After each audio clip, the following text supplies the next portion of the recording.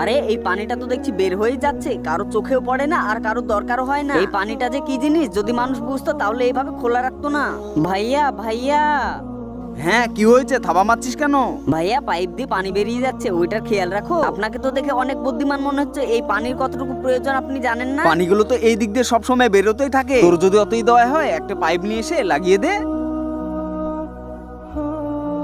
দাদা, গাড়িটা পরিষ্কার করিয়ে নিন না, আমার পয়সার অনেক দরকার। বাচ্চা, তোর যখন অতই পয়সার দরকার আমার থেকে নিয়ে নে। দাদা, আমি কাজ করে দেব, তারপরই পয়সা নিব, এমনি এমনি নিব না। ঠিক আছে, এই লে পয়সা আর গাড়ি সাফ করিয়ে দে।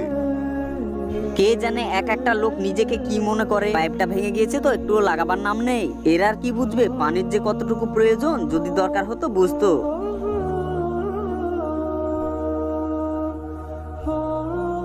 এখনো এরা পানি বন্ধ করেনি।